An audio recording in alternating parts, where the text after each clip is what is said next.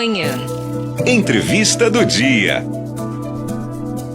Então, nos últimos dias a gente vem falando muito aqui no Nova Manhã Araçatuba e infelizmente sobre violências de gênero.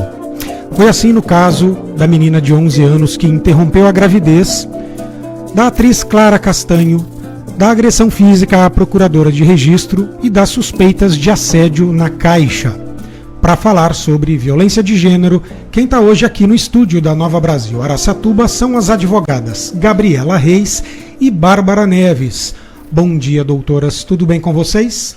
Bom dia, Marcelo, tudo ótimo. Bom dia, é um prazer estar aqui hoje, muito obrigado pela oportunidade. Obrigado a vocês pela gentileza. Então vamos lá. Gabriela, doutora, gostaria então que você contextualize, me permita chamá-la de você, embora eu utilize o tratamento doutora, que você é bem mais novinha do que eu. Por favor, então, contextualiza para a gente o caso da juíza que impediu aquela criança que, na ocasião, tinha 10 anos, né, de abortar. O que explica essa atitude da magistrada? Então, Marcelo, esse caso ele meio que surpreendeu a todos nós do meio jurista, porque é uma aberração, né? Às vezes o juiz ele precisa interpretar a lei, mas às vezes ele só precisa aplicar.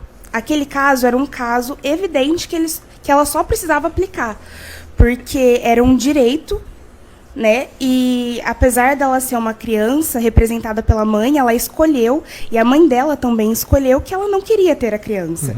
Então, é um direito de uma mulher, quando ela é estuprada, o aborto. Independente da quantidade de semanas, acho que tem uma resolução do Conselho de Medicina falando que depois de 20 semanas talvez não seja tão recomendado, mas juridicamente não tem nenhum entrave quando acontece esse tipo de coisa. Então, nesse caso, eu acredito que ela se deixou levar pelas convicções religiosas, pessoais dela, que não cabe, né, no direito, não cabe. Até no Conselho de Medicina também, caso algum médico ele não queira realizar o aborto, em casos assim, na verdade, pela lei a gente tem 3 casos em que é permitido o aborto. Quando a gravidez é fruto de estupro, quando a mãe corre risco e quando o feto é anencefalo. Então, nesses 3 casos, a pessoa tem o direito de escolher que ela quer abortar.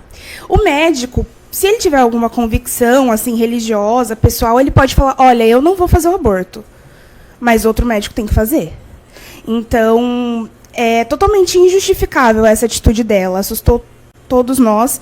E ninguém pensou na criança, né? Ela fala assim como se a criança fosse uma chocadeira.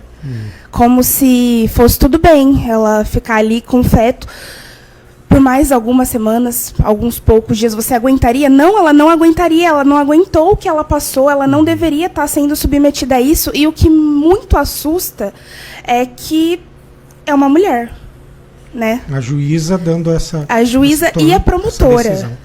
É muito assustador. Geralmente, quando a gente milita assim muito no direito para que as delegacias das mulheres, que a parte que cuida da violência de gênero seja representada por mulheres. Porque a gente acha que mulher entende mulher mais do que os homens. Só que nesses casos a gente percebe que não, nem sempre, né? Então, é absurdo tudo isso.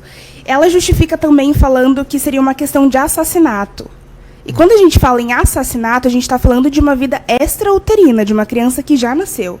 Então, assim, além de toda descontextualização dela, a gente percebe que não é porque ela passou num concurso de magistratura que ela sabe do que ela está falando, porque ela não entende lei nem nada. Doutora Bárbara, e aí compete ao que, por exemplo... Depois acabou se revertendo a situação, a garota interrompeu a gravidez. No entanto, o que cabe ao judiciário, que medida pode ser tomada, e também ao Ministério Público, em relação à juíza e à promotora? Sim, esse caso é muito grave porque além da juíza não ter aplicado, né, também teve a conduta da promotora. no YouTube tem um trecho em que tanto a juíza quanto a promotora conversam com a criança e elas claramente induzem a criança, assim, tem um trecho que... O que mais me assusta são as falas da promotora, em que ela fala assim, você tem noção que no Brasil aqui não tem medicamento para isso? Que o bebê vai sair da sua barriga chorando e ele vai morrer agonizando? Que ele vai cometer que você está cometendo um assassinato? E isso ela está falando para uma criança de 11 anos, né? Que passou por todo esse transtorno, que nem sabe o que está acontecendo com ela, coitada, está ali de paraquedas. E o que acontece? Você vê que a promotora nem sabe o que ela está falando, porque quando a gente aplica o aborto nesses casos, o feto já nasce morto, não tem sofrimento. Inclusive, nem todo hospital tem o suporte para fazer isso, porque é toda uma estrutura justamente para não ter sofrimento, para não ter nada, certo? E aí, nesse caso, na sua pergunta, o CNJ, o Conselho Nacional, ele já vai colocar... eu acho que elas já estão até sendo investigadas, né? Tá tendo uma apuração. Isso. Só que, assim, é um pouco mais complicado, porque como a doutora Gabriela estava falando, é tão enraizada essa nossa cultura da mulher ser um objeto e tudo mais, que uma própria mulher comete esse crime com outra, né? E essa violência, no caso, porque você vê realmente que a menina está sendo violentada ali psicologicamente, tanto pela juíza quanto pela promotora. E nesses casos, tem que realmente ter esse papel do Conselho Nacional de Justiça para averiguar se realmente está sendo feita. O papel do judiciário, que é como a doutora falou, ali não precisava nem a interpretação da juíza, nem da promotora, era só a aplicação. Né? Quando a criança chegou no hospital, ela já poderia, inclusive, ter feito o aborto sem nenhuma medida judicial. Não precisava ter passado por tudo isso, não. Né? Uhum. O que complicou foi que ela estava com mais de 22 semanas. E aí tem uma norma do Ministério da Saúde que fala, né, que o abortamento ele é até 20 semanas, podendo ser prolongado por mais de 22 se o feto tiver menos de meio quilo. Mas mesmo assim, é uma criança de 11 anos que está correndo risco, não poderia ser negada. Então, assim, você vê que a violência de gênero é tão estrutural que começa no hospital, vai para o judiciário e são mulheres, mulheres formadas. Então, assim, eu acho que não é só vamos repreender essa conduta, mas vamos ensinar. Sim, sim. Né? Vamos algo que é cultural, né? Exatamente. Vamos passar, então, para o caso da Clara Castanho, a atriz, né, que não foi um caso de aborto, mas sim de entrega do bebê para adoção. Que tipo de violência é essa, ela que foi tão criticada, e aliás, antes disso, a própria enfermeira que a atendeu teria feito uma fala criticando, e depois a gente sabe tudo o que aconteceu, a avalanche de críticas que ela recebeu. Qual violência é essa, doutora Bárbara? Olha, essa violência, primeiro que começou, assim, são vários tipos de crime. Eu e a doutora Gabriela, a gente estava até comentando ontem que, assim, tinha causa para todo tipo de advogado, né? Primeiro, pela quebra do sigilo médico. Né? A pessoa já passou pelo estupro, já fez o mais difícil, que é carregar o feto, né, carregar a criança, e aí decidiu o mais difícil, que é ter a criança, para não ter que passar todo aquele transtorno, por convicção interna, o que for, religiosa, o que for. E aí ela acaba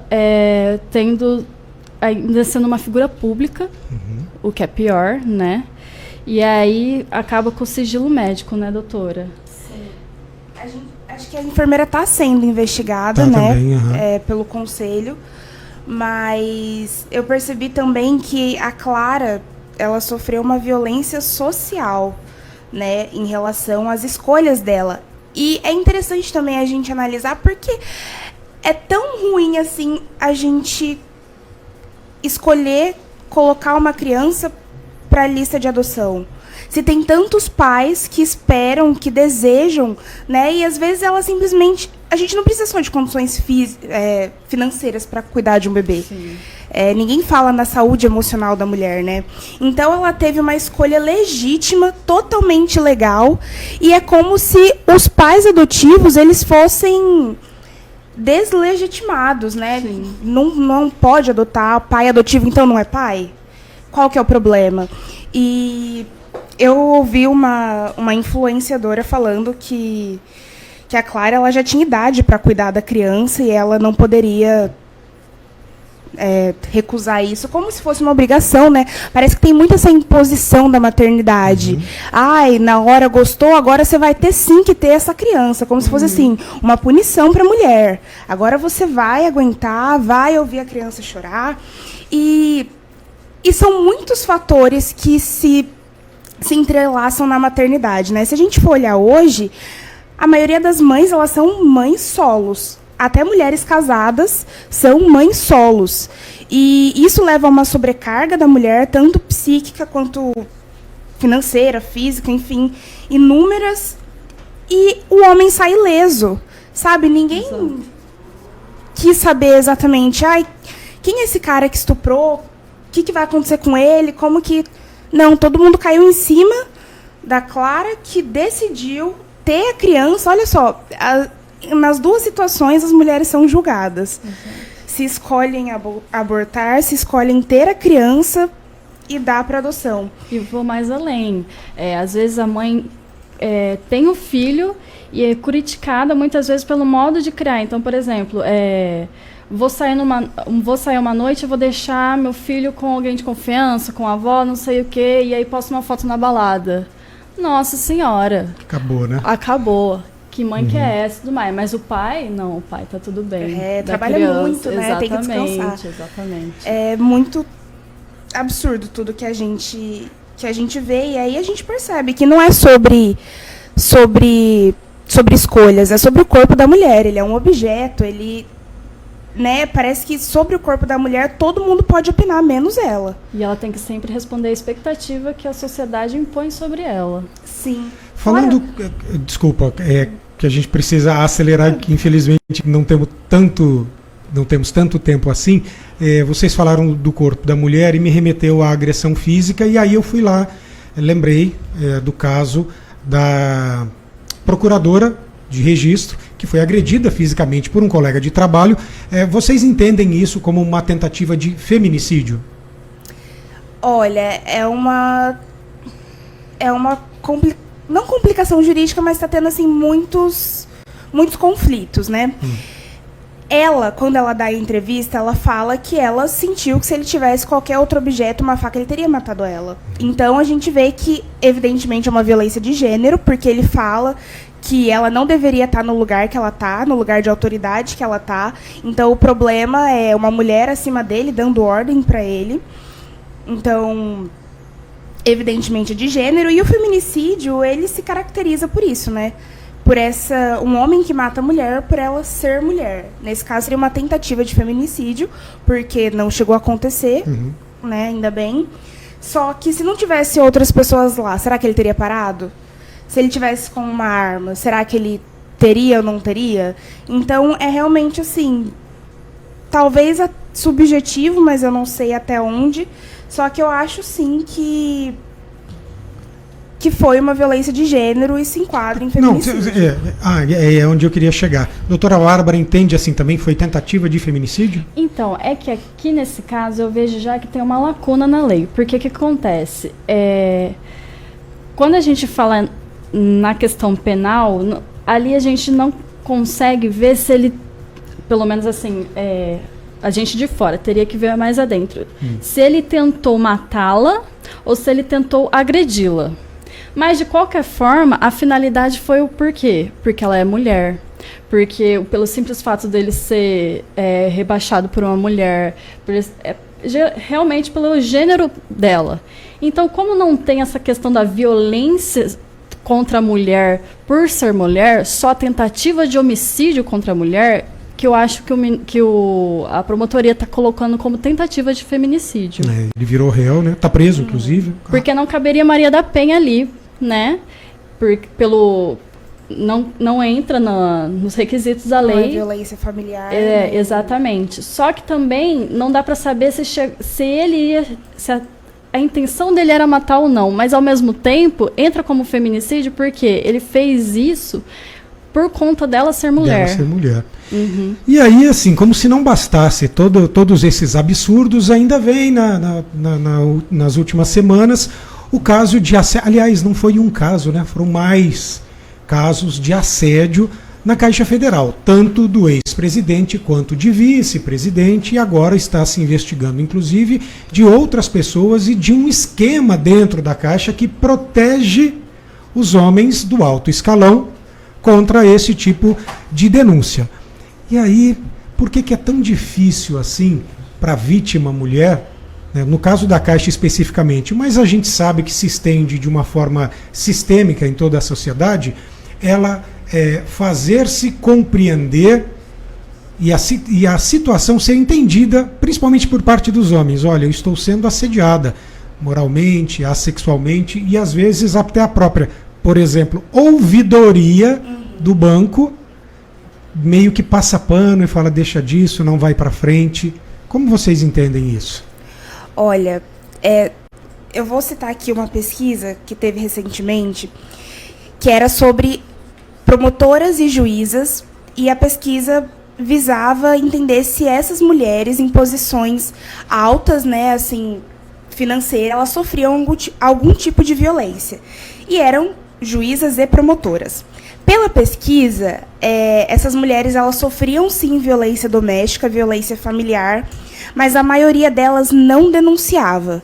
E aí a pergunta que fica é como que mulheres tão próximas do sistema judiciário, que trabalham ali dentro, não denunciam? E aí o resultado foi que nem elas identificavam o que elas sofriam como violência. Então, às vezes, a gente naturaliza tanto que isso não é violência. Violência é quando o cara bate na mulher, é quando o cara espanca a mulher, é quando empurra de escada.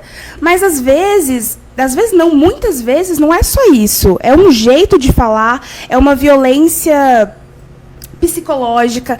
E, principalmente nesse caso da Caixa, a gente vê que tem uma coerção por parte dessas mulheres em relação a financeiramente, né? Elas dependem ali. Mas é sempre difícil denunciar. Nessa pesquisa, as mulheres elas não denunciavam por vergonha. Os principais motivos: vergonha, culpa. E culpa a gente já vê também no caso da criança em Santa Catarina, porque você vai querer matar esse bebê? Uhum. É uma forma de culpabilizar a vítima escrachada. Você está dizendo que elas sentiriam que seriam taxadas como culpadas. Sim. E aí por isso... Sim. Por exemplo, você vem com essa roupa e não quer... Você responsabilizar a vítima. Exato. Pelo ato da agressão. A vergonha do... Onde é que eu errei? Uhum. O que aconteceu? Onde que eu errei, né? Às vezes foi eu que sorri demais, eu que realmente não deveria ter vindo com essa roupa. E o que pode acontecer? Será que eles vão acreditar em mim? Porque muitas vezes não acreditam. E isso a gente vê até na delegacia, sabe? No sistema judiciário falta essa... Mas na delegacia da mulher? Às vezes acontece. É? Sim. Então a gente vê essa falta de capacitação no meio judiciário. Entendi. Nessa pesquisa em relação a juízas e promotoras, a gente percebe assim, se elas não entendem o que elas passaram como violência, como que elas vão dar uma medida protetiva para uma mulher chegando falando que ela está sendo perseguida por mensagem, sendo perseguida por vários e-mails? Elas não vão falar, mas isso não é violência, eu já sofri coisa pior e não denunciei. Entende? A gente usa a nossa régua para medir os outros. E sem essa capacitação, sem a gente entender que a violência ela perpassa por vários fatores, não tem como a gente caminhar junto. E é muito interessante também no caso do assédio, esse caso me lembrou o caso de João de Deus, que eu comecei a ver aquela série lá recentemente. E aí você vê que às vezes a gente só precisa de uma mulher para denunciar. uma mulher empodera todas as outras que já sofreram assédio para juntas elas criarem voz e serem ouvidas. E existem outros casos, como o do Dr. Roger Abdelmaci, que também é muito semelhante, né? Começa com uma, aí outras se veem representadas e aí começam a denunciar. Sim. Doutoras, lamento, nosso tempo está estouradíssimo. Eu agradeço a participação de vocês, espero contar com a presença das duas aqui para outros casos, mas principalmente para a gente falar de coisa boa, mas se for preciso também abordar assuntos assim escabrosos, que assim o façamos, certo? Marcelo, achei muito importante você abrir o microfone e você estar nessa participação dessa conversa, porque os homens precisam falar sobre isso e precisam muito ouvir as mulheres, o que as mulheres sentem sobre isso. Então, parabéns pela entrevista. Tá certo, obrigado. Eu que antes da entrevista perguntei para a Lilian se ela queria fazer sozinha com vocês. Ela falou, não, você fique aí e faça. Eu acho importante abrir o diálogo entre homens e mulheres, se ouvirem e ouvir o que um sente do outro. E parabéns pelos esclarecimentos, meninas. Obrigada. Obrigado, doutoras Gabriela Reis e Bárbara Neves. Bom dia. Bom dia, muito obrigada.